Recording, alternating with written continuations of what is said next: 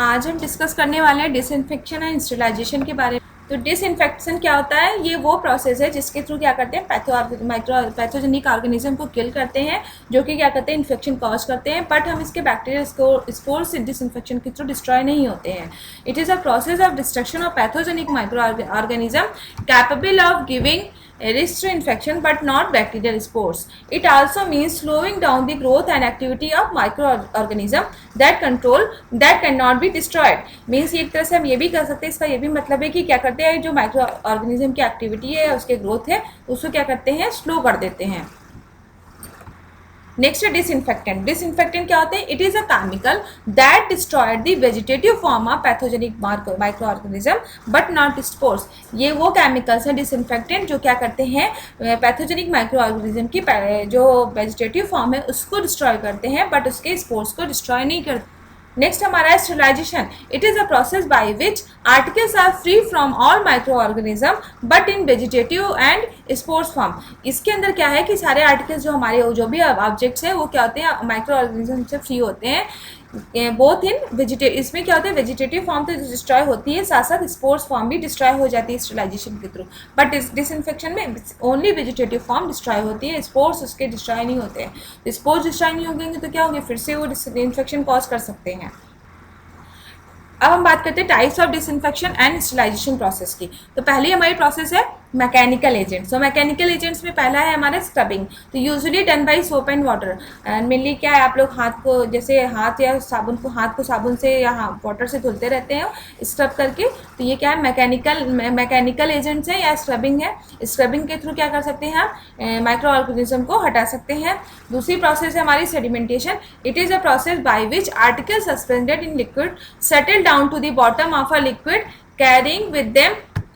तो सेडिमेंटेशन में क्या करते हैं, जो भी आर्टिकल्स हैं वो क्या होते हैं, लिक्विड में सेटल डाउन हो जाते हैं bottom of the liquid carrying with the bacteria. जो भी हमारा लिक्विड होता है वो क्या होता है, सेटल डाउन हो जाता है। जो भी बैक्टीरिया होते हैं आर्टिकल्स के ऊपर उसको लेके नीचे की साइड सेटल डाउन होता है, इसी के लिए उसको बोला गया सेडिमेंटेशन। नेक्स्ट है हमारा फिल्ट्रेशन। तो it is a method of removal of bacteria from heat labile liquid such as sera and antibiotic solutions. Mainly क्या करते हैं, इसमें बैक्टीरिया फिल्टर पेपर के थ्रू क्या करते हैं, बैक्टीरिया को रिमूव करते हैं, जैसे कि हमारे सेरा है, एंटीबायोटिक सोल्यूशंस है। हमारे जो फिल्टर्स यूज़ होते हैं, कैंडल फिल्टर्स हैं, एस्बेस्टॉस फिल्टर्स हैं, सिंटर ग्लास फिल्टर्स हैं, मेम्ब्रेन फिल्टर है, सिरिंज फिल्टर है, प्रेशर फिल्टर।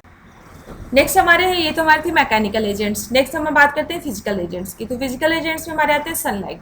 तो जब भी आपने सुना होगा कि सनलाइट में कोई सामान रखने से स्टेरिलाइज करते हैं, क्या होते हैं, जो डायरेक्ट सनलाइट एक्सपोज होती है उसमें जो यूवी रेज होती हैं वो क्या करती हैं, जो उसके बैक्टीरिया है उनकी एक्टिविटी को क्या करती है, स्लो कर देती हैं या डाई कर देती हैं। तो when bacteria are expose to direct sunlight they become sluggish and die due to UV rays. Second है हमारा ड्राइंग। ड्राइंग में क्या करते हैं, water is necessary for the growth of the bacteria because they can not absorb the food material until they are in solution. जो हमारे bacteria होते हैं वो फूड मटेरियल को तभी ऑब्जॉर्व कर सकते हैं जब वो उनके पास क्या हो, वाटर हो या वो किसी वाटर की मीडिया में हो।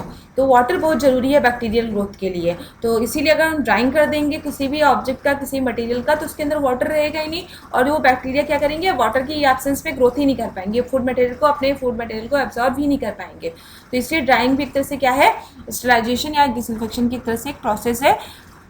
नेक्स्ट आता है हमारा हीट। तो हीट में पहला है ड्राई हीट। तो स्पोर्स में require temperature of 140 degree Celsius for 3 hours to get killing by dry heat is due to protein denaturation, oxidative damage, toxic effects of elevated level of electrolytes.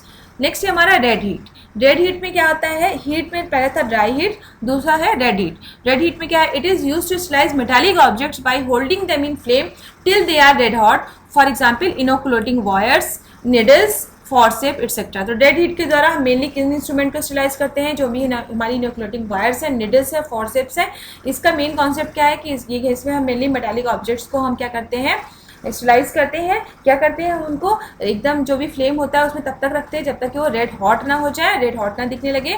इसी को बोलते हैं red heat sterilisation. Next है हमारा flaming. तो the article is passed over the flame without allowing them to red hot, for example mouth of culture tubes, cotton wool plug etcetera. तो इसमें क्या करते हैं, रेड हीट में क्या करते हैं, हम ऑब्जेक्ट को फ्लेम में रखते हैं, बट हम फ्लेमिंग में बट हम फ्रेमिंग में क्या करते हैं, जिस ऑब्जेक्ट को हमें स्टेलाइज करना है उसको हम सिंपली फ्रेम के पास से पास करा के हटाते हैं, मतलब किसी भी ऑब्जेक्ट को पास कराना, फ्रेम के पास ले जाना, हटा लेना, पास ले जाना, हटा लेना, ये क्या तरह है, एक तरह से फ्रेमिंग है। और उसमें हम जो ऑब्जेक्ट है उसको रेड हॉट नहीं होने देते।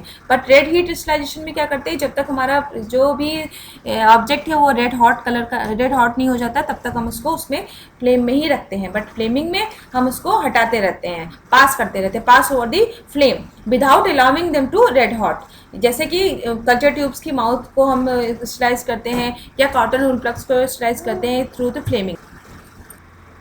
नेक्स्ट है हमारा इंसिनरेशन। तो articles which are badly contaminated and material like sputum, infected dressings, bedding, pathological material and animals can be destroyed by burning in an incinerator.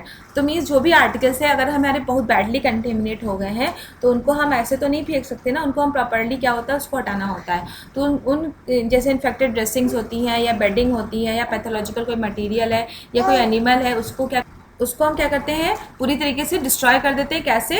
Bye burning in an incinerator. Incinerator क्या होता है, कोई एक apparatus होता है जिसमें क्या होता है प्रॉपरली इसको हम बर्न आउट कर देते हैं। इसी प्रोसेस को बोलते हैं इंसिनरेशन।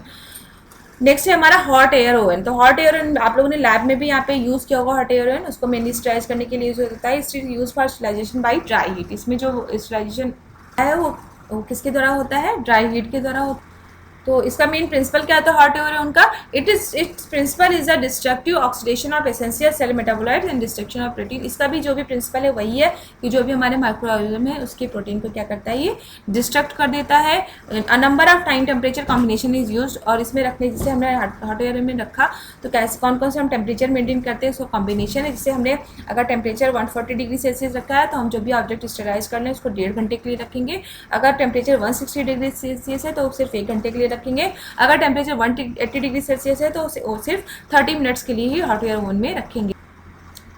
ये क्या स्टराइज करते हैं, can sterilize gold glass wares, all glass syringes, petri dishes, test tubes, flask, pipette, scissors, cotton swabs and some pharmaceutical products such as liquid paraffin, dusting powder, sulfonamides, oily injections, ये सब हम क्या करते हैं hot air oven में स्टराइज करते हैं। Next है हमारा, अभी तक हम जो बात कर रहे थे हम ड्राई हीट स्टराइजेशन की बात कर रहे थे, वहाँ पे ड्राई हीट यूज़ हो रहा था। अब हम बात करते हैं मॉइस्ट हीट स्टराइजेशन में। तो मॉइस्ट स्टराइजेशन में 3 पार्ट्स आते हैं। एक होता है टेम्परेचर बिलो 100 डिग्री सेल्सियस, मतलब 100 डिग्री सेल्सियस से कम टेम्परेचर हो। एक होता है टेम्परेचर एट 100 डिग्री सेल्सियस और थर्ड होता है हमारा टेम्परेचर एबव 100 डिग्री सेल्सियस। तो पहले बात करेंगे टेम्परेचर बिलो 100 डिग्री सेल्सियस। तो इसमें पहला है पॉस्चराइजेशन। तो पॉस्चराइजेशन क्या है, पॉस्चर ने मेन इसका डिस्कवर किया था। Pasteur found that fermentation contain undesired microbes grow in ferments which result in undesired products like making the wine. तो पॉस्चर ने क्या बताया था कि जब भी हम कोई जैसे हम वाइन बनाते हैं तो उससे क्या, वाइन हमारी फर्मेंटेशन प्रोसेस से बनती है तो उसमें कुछ अनडिजायर्ड माइक्रोब्स रह जाते हैं जो कि क्या करते हैं, ग्रो कर सकते हैं। तो इस प्रॉब्लम को सॉल्व करने के लिए पॉस्चर ने 1860 में एक प्रोसेस सजेस्ट किया था। Heating could kill undesirable microbe in ferment, the method is called pasteurisation.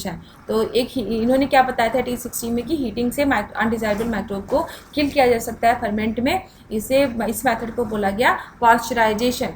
जैसे कि आप लोग मिल्क का भी पॉस्चराइजेशन करते हैं, उसको क्या करते हैं, एक तरह से हीट करते हैं। दूसरा प्रोसेस है इसमें टेम्परेचर बिलो 100 डिग्री सेल्सियस में इंस्पेशेशन।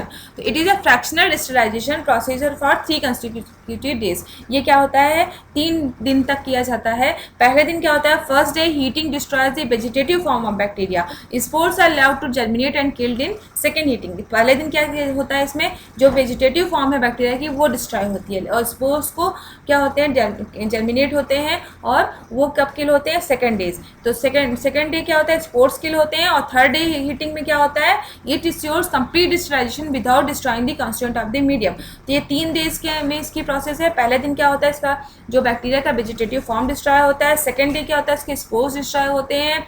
थर्ड डे क्या होता है, कंप्लीट डिस्ट्राइजेशन होता है और विदाउट डिस्ट्रॉइंग दी मीडिया, मीन्स जो हमारा मेन ऑब्जेक्ट है, जो हमारा मीडिया है, वो उसको बिना डिस्ट्रॉय किए हमारा पूरा जो भी मटेरियल है वो क्या होता है, पूरी तरीके से स्टराइज होता है। कब, थर्ड डे। इस प्रोसेस को बोलते हैं इंस्पेशेशन। सेकेंड हमारा मॉइस्ट हीट में आता है टेम्परेचर एट 100 डिग्री सेल्सियस। इससे पहले प्रोसेस है टिंडलाइजेशन। तो टिंडलाइजेशन किसने दिया था, कौन से साइंटिस्ट है, टिंडल ने। Tyndall demonstrated that heat resistant bacteria are subjected to this continuous boiling steam at 100 degree Celsius on 3 successive days for 30 minute.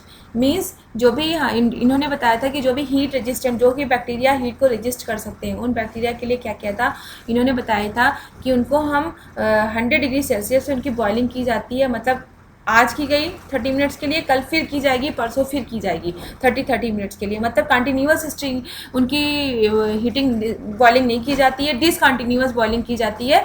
These form can be killed in broth and no microbial growth will occur. इस process को बोलते हैं हम टिंडलाइजेशन। टिंडलाइजेशन फिर से बता देते हैं क्या करते हैं। ये उनके लिए करते हैं जो कि बैक्टीरिया हीट रेजिस्टेंट होते हैं, हीट को रेजिस्ट कर सकते हैं। क्या करते हैं हम, 3 दिन के लिए उसकी डिसकंटिन्यूअस बॉइलिंग करते हैं उस ऑब्जेक्ट या मटेरियल की। कैसे, आज हम जैसे हमने फर्स्ट डे उसको 30 मिनट्स के लिए उसकी बॉइलिंग की 800 डिग्री सेल्सियस पे, सेकेंड डे फिर 30 मिनट्स के लिए उसकी बॉइलिंग करेंगे 100 डिग्री सेल्सियस पे, और थर्ड डे फिर उसके 100 डिग्री सेल्सियस पे बॉइलिंग करेंगे। नेक्स्ट है हमारा इसमें एट 100 डिग्री सेल्सियस बॉइलिंग। तो most of the vegetative form of bacteria, fungi and virus are skilled at 50 to 70 degree Celsius in short time. For needles and instrument, boiling in water for 10 to 30 minutes is sufficient for sterilisation. तो इसमें से क्या होता है, simply boiling किया जाता है। Temperature above 100 degree Celsius में इसमें आता है हमारा ऑटोक्लेव। तो टेम्परेचर, इसको ऑटोक्लेव को हम डिस्कस करेंगे, प्रॉपर हमारा वीडियो है आगे जो हम आज डिस्कस करने वाले हैं ऑटोक्लेव। तो इसमें हम एक अलग से वीडियो पोस्ट करेंगे ऑटोक्लेव पे। तो अभी तक हमने जो पढ़ा कि डिसइंफेक्शन क्या होता है, डिसइंफेक्शन क्या होता है, स्टेरिलाइजेशन प्रोसेस क्या होती है, एंड जो डिसइंफेक्शन स्टेरिलाइजेशन की जो प्रोसेस हम कैसे करते हैं। तो उससे पहला तो जो भी हमने डिस्कस किया, पहला हमने प्रेशर जो हमने मेथड डिस्कस किया था वो था मैकेनिकल मेथड। मैकेनिकल मेथड के बाद हमने बात किया था फिजिकल मेथड्स की। फिजिकल मेथड्स के बाद हमने देखा था हीट से।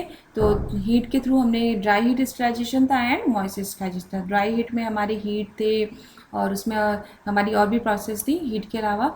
इसके अलावा जो हमारी मॉइस्ट हीट में टेम्परेचर थे, temperature below 100 degree Celsius, at 100 degree Celsius and above 100 degree Celsius. Above 100 degree Celsius में मेनली हमारा ऑटोक्लेव काम आता है, जो कि क्या है 121 डिग्री सेल्सियस होता है, इसीलिए इसको रखा गया एबव 100 डिग्री सेल्सियस। ऑटोक्लेव का हम नेक्स्ट वीडियो आप प्रॉपर आपको वीडियो पोस्ट होगा, उससे उसमें डिस्कशन होगा। तो ये हमारे अभी डिसइंफेक्शन के केमिकल मेथड्स भी होते हैं, जो भी हम केमिकल यूज़ करते हैं डिसइंफेक्शन के लिए, वो हम अलग वीडियो डिस्कस करेंगे। तो ये तो हमारा डिसइंफेक्शन के एंड स्टेरिलाइजेशन की जो भी प्रोसेस है, जिसमें हमने आज डिस्कस किया mechanical agents, physical agents and जो भी हमारे हीट के थ्रू स्टेरिलाइजेशन था। तो अब नेक्स्ट वीडियो में आपका हमने बताया आपको ऑटोक्लेव के बारे में डिस्कशन करेंगे and chemical methods of disinfection का डिस्कशन करेंगे। So if you like my video, subscribe my channel and don't forget to press bell icon.